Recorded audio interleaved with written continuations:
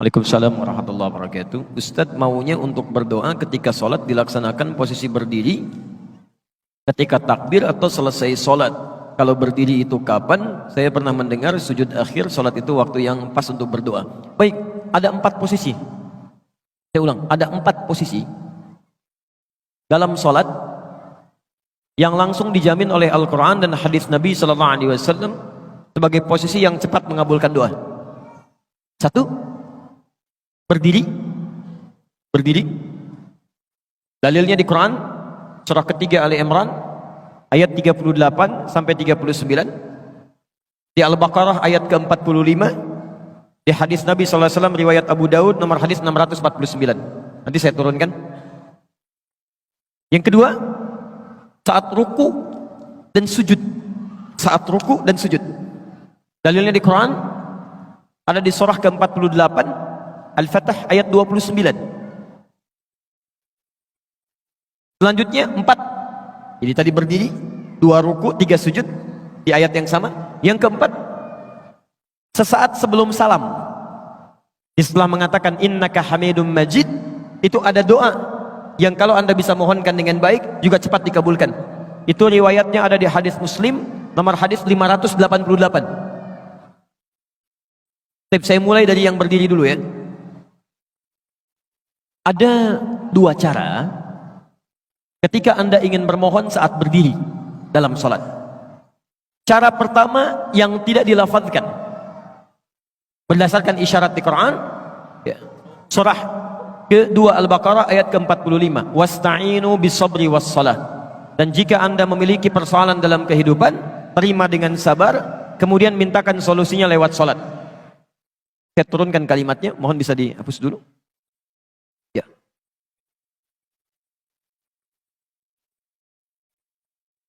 Lihat sini ya, saya berikan gambaran secara lafadznya. Cukup, jazakallah. Saya turunkan Quran surah kedua ayat ke-45. Posisi paling kanan di pertengahan, gak sedikit ke bawah. Wasta'inu. Perhatikan cara menerjemahkannya. Dan jika Anda punya persoalan dalam hidup, mintakan solusinya. Pertama, bis sabri, dengan sabar. Jadi jangan mengeluh. Lalu kemudian terima dulu dengan sabar. Lalu tunaikan salat, wassalah. Minta dalam salat. Dijelaskan di hadis kapan mintanya. Di hadis Abu Daud nomor hadis 649. Lihat, fokus. Perintah Qur'annya wasta'inu, dan mohonkan kepada Allah. Kalau Anda ingin robah kalimat wasta'inu menjadi bentuk permintaan, kita yang minta, maka dalam bahasa Arab kalimatnya akan berubah dari ista'inu menjadi nasta'in. Saya turunkan nasta'in.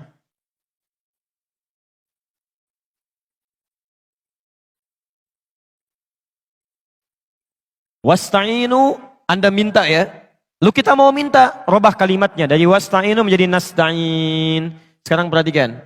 Nabi menyampaikan ketika seorang hamba dalam salatnya mengatakan, "Idza qala al-'abdu iyyaka na'budu wa iyyaka nasta'in." Ya Allah, kami sekarang salat menyembah-Mu saja. Dan sekarang kami punya persoalan ya Allah. Kami minta solusinya dari-Mu saja. Dari-Mu saja. Saat Anda mengucapkan kalimat ini, bukankah Anda ucapkan saat berdiri? Dalam mengucapkan Al-Fatihah itu? Dalam baca Al-Fatihah? Setelah Maliki Yaumiddin apa bacaannya?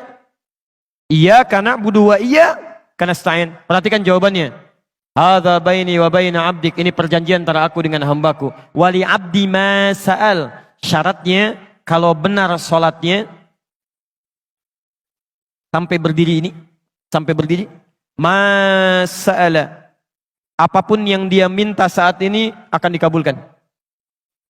Di cara pertama cukup tidak perlu dilafadzkan, dalam hati saja. Jadi begitu Anda mengatakan wa iyyaka nasta'in, Anda hadirkan suasananya. Anda punya persoalan apa dalam kehidupan? Jelas di sini? Baik, nanti saya turunkan dalilnya lagi. Jadi kita pakai dalil, bukan pakai pendapat ya. Awas, dan ini dipraktekan. Dipraktekan. Tapi syaratnya ini, mesti benar salatnya. Jadi kalau salat Anda nggak benar, dari mulai takbir, bahkan dari wudhu sampai ke sini, Anda nggak akan dapat yang ini. Tidak akan dapat. Jadi kalau salat Anda benar dari mulai wudhu sampai dengan takbir, sampai berdiri, maka ini diberikan yang pertama kali. Ya. Makanya Nabi itu sangat ketat dalam masalah salat. Saya sampaikan sampai 2 kali, dari tadi malam di Al-Irsyad, sampai tadi subuh, ya di Masjid Al-Falah. Disebutkan di Al-Bukhari, nomor hadis 751, 757, di hadis Muslim nomor hadis 397. Babul musi fis shalah. Ada orang yang datang kepada Nabi, namanya Khalad Az-Zuraiqi. Ya, ja'a rajulun ila Nabi sallallahu alaihi wasallam. Datang seorang lelaki pada Nabi sallallahu alaihi wasallam. Fadakhala ila al-Masjid Nabawi, masuk ke Masjid Nabi. Fasalla bi jambin Nabi sallallahu alaihi wasallam, salat di samping Nabi. Kemudian dia mulai bertakbir sampai salam. Falamma sallama yaminan wa syamala, tatkala salam ke kanan dan ke kiri, faqala lahu Nabi sallallahu alaihi wasallam. Nabi sallallahu alaihi wasallam langsung berkata pada orang ini, "Shalli fa innaka lam tusalli." Kamu salat lagi karena kamu belum salat. Padahal sudah salam. Dia mengulang sampai 3 kali, tapi Nabi mengucapkan kalimat serupa. Anda salat lagi karena Anda belum salat. Apa kata orang ini? Ya Rasulullah, ma uhsinu ghairah, alimni. Ya Rasulullah, saya nggak bisa lebih baik daripada ini. Tolong ajarkan saya. Maka diajarkan oleh Nabi dari mulai wudu, Pak, sampai dengan salam. Idza qumta ila shalah asbighul wudu, famastaqbilil qiblah, famafakabbir. Kalau kamu mau salatnya bagus sempurna, sempurnakan wudu, begini caranya. Kemudian menghadap ke arah kiblat sampai kakinya diatur, bagaimana cara berdirinya, bagaimana lebar kakinya, bagaimana cara bertakbirnya, bagaimana cara bersedekapnya, sampai akhirnya.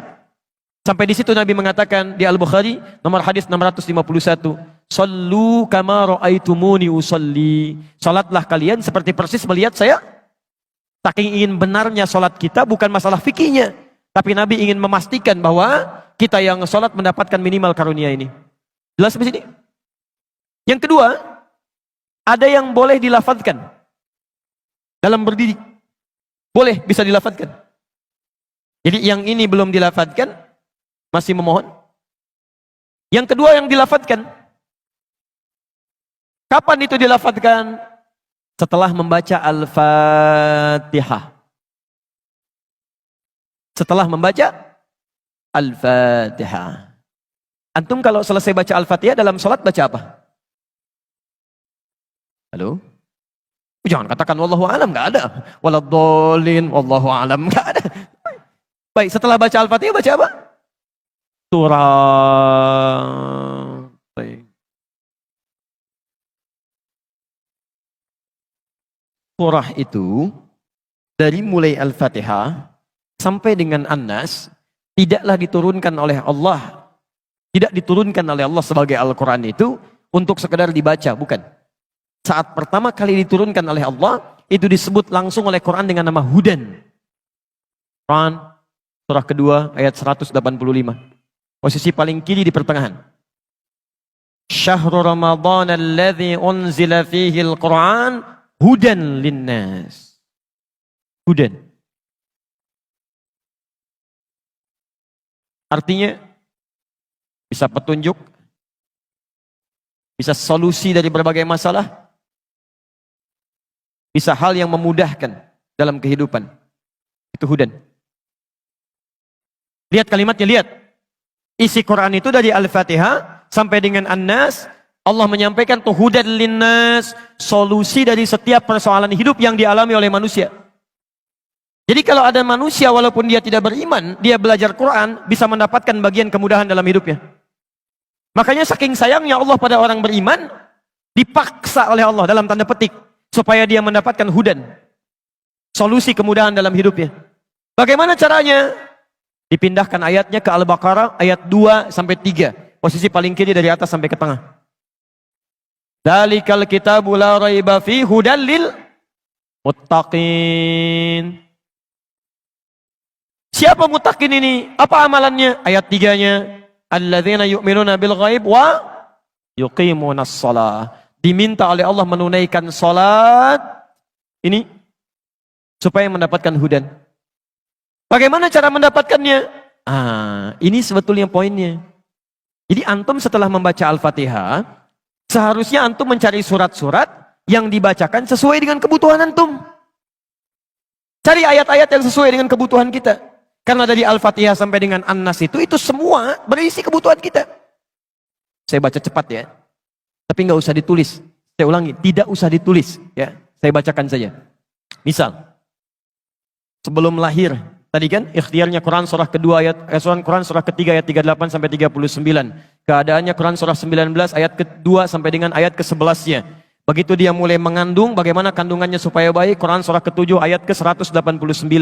Begitu dilahirkan, bagaimana supaya ASInya mengalir lancar, anaknya tumbuh menjadi anak yang soleh, Quran surah kedua ayat 233. Begitu usia 2 tahun ke atas, dia mulai belajar bagaimana supaya dekat dengan Allah, baik dengan orang tuanya, baik dengan tetangganya, Quran surah ke-31 ayat 13 sampai dengan ayat 19-nya. Kemudian dia mulai belajar supaya cepat menangkap pelajarannya, Quran surah 9 ayat 122. Supaya meningkat prestasinya, Quran surah 58 ayat yang ke-11. Kemudian dia mulai meningkat lagi pendidikannya, mulai mendapatkan teman-teman bergaul. Bagaimana supaya tidak bisa merubah keadaannya, supaya lebih dekat dengan Allah, tidak terjebak dalam pergaulan bebas. Quran surah ke-49 ayat ke-13-nya. Ada yang serius datang mau melamar, bagaimana menyikapinya? Quran surah ke-4 ayat yang ke-4. Terjadi pernikahan, Quran surah 30 ayat ke-21. Setelah menikah, bagaimana membagi tugasnya supaya tidak gelisah dalam pembagian tugas, tidak saling menyingkirkan satu dengan yang lainnya. Quran surah ke-4 ayat 34. Setelah dia menikah, suami mulai mencari nafkah. Bagaimana cara bekerjanya? Yang standar ada di Quran surah kedua ayat 168. Kalau mendapatkan ingin yang lebih mudah lagi, Quran surah kedua ayat 172. Kalau belum berangkat, rizkinya sudah menunggu dia, Quran surah 7 ayat ke-96-nya. Kemudian dalam bekerja ini tidak mudah. Istri harus merawat anaknya, merawat rumah tangga. Kadang-kadang anaknya sulit diatur, mengatakan pada perintah ibunya, mengatasinya Quran surah ke-17 ayat ke-23. Itu dua-duanya sama-sama capek. Jangan dikira yang pergi ke kantor saja. Ibu pun merawat anak juga kadang-kadang ada rasa lelah. Bagaimana mengatasinya? Kalau lelah-lelah sedikit, itu ada di Quran surah ke-26 ayat ke-80. Kalau sudah mulai menjadi penyakit, bahkan kata dokter nggak ada obatnya, bagi Allah nggak ada yang mustahil. Quran surah ke-21 ayat 83 sampai dengan 84. Kadang-kadang Anda yang bekerja, ada orang yang tidak suka dengan Anda. Ada yang usil, ingin menyingkirkan Anda, menyungkurkan Anda. Ada perlindungan dari Allah di Quran surah ke-17 ayat 79 sampai dengan 81. Kalau ada yang membuat diri Anda tersesat sampai mengatakan, ya Allah kenapa dia begini, ya Allah apa enggak ada solusinya? Selalu ada. Amalkan di Quran surah ke-21 ayat 87 sampai dengan ayat ke-88-nya. Sampai Anda beraktivitas lagi, mendapatkan kesenangan hidup, harta mulai melimpah, Masya Allah, rumah semakin luas, syukuri itu semua dengan mengamalkan tuntunan di Quran surah ke-14 ayat yang ke-7-nya. Tapi ketika datang ujian, tingkat ujian bisa macam-macam. Ada yang ringan, yang menengah, kemudian yang kuat. Pelajari itu supaya siap menghadapinya. Di Quran surah kedua ayat 214. Solusinya di Quran surah ketiga ayat 142. Cara sabarnya di Quran surah kedua ayat 155 sampai 157. Sampai Anda terus berkembang, usia 40 tahun, orang tua masih ada, ingin berbakti pada orang tua, ada di Quran surah ke-46 ayat yang ke-15-nya. Sampai kemudian Anda semakin sepuh, mengatakan, ya Allah, apakah saya akan hidup untuk selamanya? Tidak. Satu saat kamu akan meninggal. Bagaimana cara meninggalnya ya Allah? Kamu akan kedatangan maut di Quran surah ketiga ayat 185. Maut itu datang lewat malaikat yang diutus. Quran surah 32 ayat yang ke-11. Bagaimana cara diambilnya ya Allah?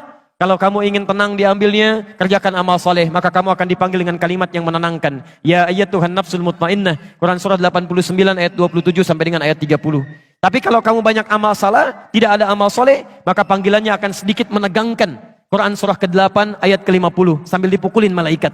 Ya Allah, saya telah mengalami malam pertama di alam dunia. Bagaimana malam pertama di alam kubur? Apakah menyenangkan atau ada persoalan?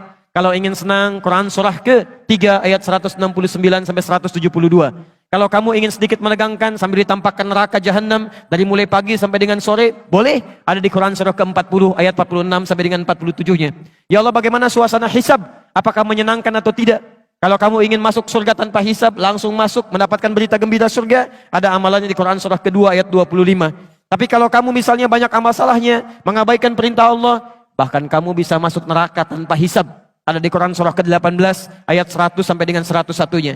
Ya Allah, bagaimana suasana surga nanti ya Allah? Ayo kerjakan amal saleh. Ada surga bersama Rasulullah tingkat yang paling tinggi. Amalan di Quran surah ketiga ayat 31, Quran surah 59 ayat yang ke-7, Quran surah 33 ayat 21. Ada surga yang di taman surga yang memberikan langsung Allah, bisa melihat Allah tanpa hijab. Quran surah 75 ayat 22 sampai dengan ayat 23. Ada amalannya di Quran surah ke-51 ayat 15 sampai dengan ayat 23. Ada surga seluas langit dan bumi. Kemanapun kamu beraktivitas tidak akan pernah menemukan ujungnya. Quran surah ketiga ayat 133 sampai dengan 134.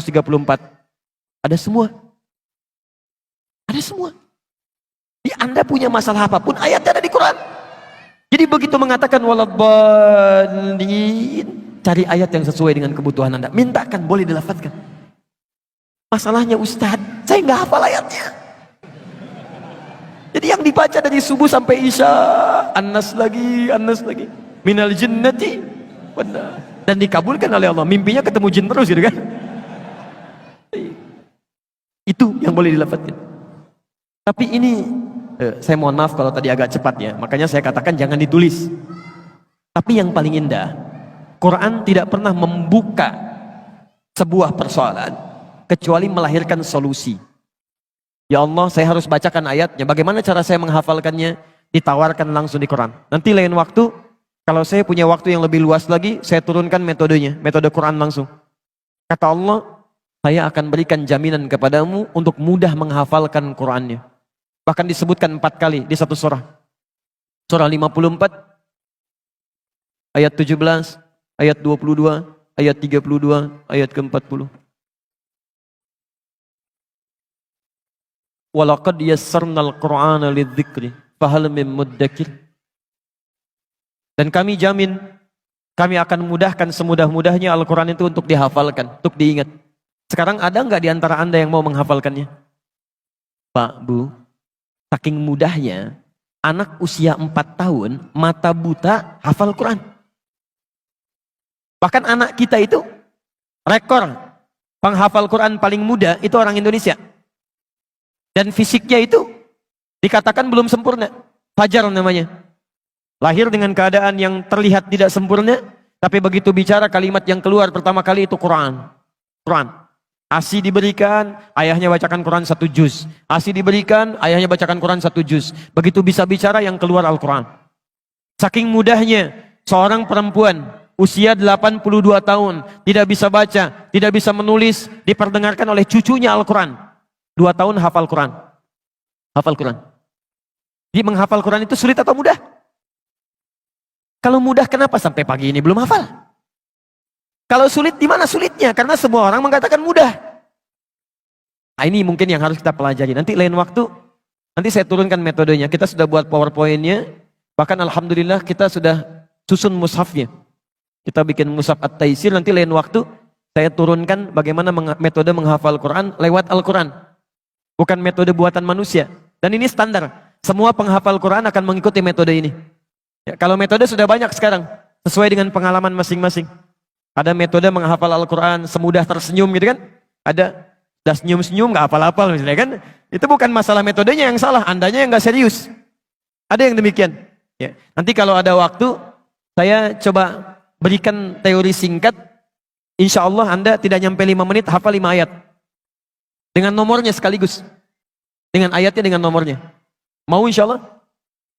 Nanti di akhir ya, karena cuma butuh 5 menit saja insya Allah. Saya teruskan dulu ini. Jadi saya kira sudah terjawab ya, yang ini. Nanti dalam ruku ada, dalam sujud ada, termasuk sesaat sebelum salam. Karena tidak ditanyakan, nanti lain waktu kita bahas. Sudah, kita coba mulai pelan-pelan praktek menghafal Quran dulu ya. Saya kasih sebentar, nanti ini saya simpan dulu. Baik. Diakhiri 11.35, 5 menit pas lah ya. Baik, Alhamdulillah. Saya boleh hapus dulu ya. Nanti teori lengkapnya mungkin lain waktu Anda bisa simak uraian kami di edisi berbeda. Sekarang saya kasih contoh dulu ya. Saya kasih contoh sebentar. Misal, Anda nanti cari mushaf, tapi nggak boleh robah ya. Satu aja, dari mulai menghafal sampai dengan selesai.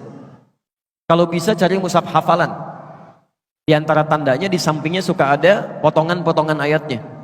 Misal, ini saya ajarkan ini satu, gini kan. Misalnya ini alif lam mim. 2, dzalikal kitabu la raiba fi dzalika. 3, alladzina yu'minuna bil ghaib, alladzina. 4, walladzina yu'minuna bima unzila ilaik walladzina 5 ulaika ala hudam min rabbihim wa ulaika humul muflihun. Ulaika. Saya hanya ingin tunjukkan betapa mudahnya menghafal Al-Quran termasuk dengan angka-angkanya. Ya, tapi tujuannya bukan ingin menjadi hafid, bukan. Terserah Allah mau diberikan berapa. Yang penting ingin menunjukkan betapa ini mudah dilakukan. Lihat kalimatnya. Sekarang perhatikan, nanti kalau sudah lihat mushaf Qurannya, ada gambaran seperti ini. Di antara metodenya yang paling mudah, pertama, fokus. Kita hitung dari sekarang ya. Lihat atasnya. Nomor 1 apa? Saya ulang. Apa nomor 1? Alif Lam Mim. Baik, kita ucapkan sama-sama. Nomor 1 apa? Kemudian langsung lihat yang terakhir, nomor 5. Yang paling bawah. Baik, nomor 5 apa? Nanti biasakan begini ya, begitu pindah halaman, lihat yang pertama, lihat yang paling bawah. Maka sisanya yang tengah-tengahnya. Baik, 1 apa? 5? 5 apa? 1 apa? Sekarang lihat yang mirip. 3 alladzina. 3 apa? 4 tinggal pakai wawu. Walladzina. 4 apa? Baik. 3 apa? 4 apa? 5? 1? Ulang. 3 alladzina. 4? 5? 1? 4 3 5 1 tinggal yang kedua. Balika. 2 apa? 3 apa? 4 apa? 5 apa? 1 apa? Saya ulang. 1 2 3 4 5 3 2. Sekarang saya hapus dulu. Ini apa? Bukan, ini kosong, gak ada apa-apa. Bisa. Tapi karena Anda sudah tervisualisasi dengan nomor-nomor ini, angka-angka ini, otomatis begitu melihat angka, Quran yang muncul di benak Anda. Nanti kemanapun ditanya akan indah, semuanya Quran. Masya Allah Ustaz, apa kabar? Baik. Tinggal di mana Ustaz? Di Bekasi. Nomor berapa rumahnya? F1 nomor 6. F1 alif lam mim 6. Innal ladzina kafaru sawa'un 'alaihim a'anzartahum am lam tunzirhum. Masya Allah. Anak berapa Ustaz? Dzalikal kitabul la raiba fihi hudal lil muttaqin. Istri berapa Ustaz? Alif lam mim. Alhamdulillah. Allah la quwwata illa billah. Jelas ya? Nanti lain waktu lah. Ini saya hanya ingin tunjukkan sebetulnya Quran itu dimudahkan. Betapa mudah untuk bisa mendapatkan itu semua. Saya hitung Anda nggak nyampe 2 menit tuh bisa mendapatkan bagian dari itu. Nanti silahkan praktekkan dengan guru-guru yang lain. Dan saya dengar ada rumah tahfidz di sini. Semoga Allah Subhanahu Wa Taala berikan kemudahan untuk proses tahfidzul Quran yang ada di sana. Dan semoga antum semua sebelum meninggal dunia diberikan oleh Allah Subhanahu Wa Taala nikmat untuk bisa menghafalkan Al-Quranul Karim. Tidak cukup dengan amin, tapi mulai dulu dari sekarang ya. Cari guru yang baik, mulai menghafal dan mohonkan kepada Allah Subhanahu Wa Taala kebaikan.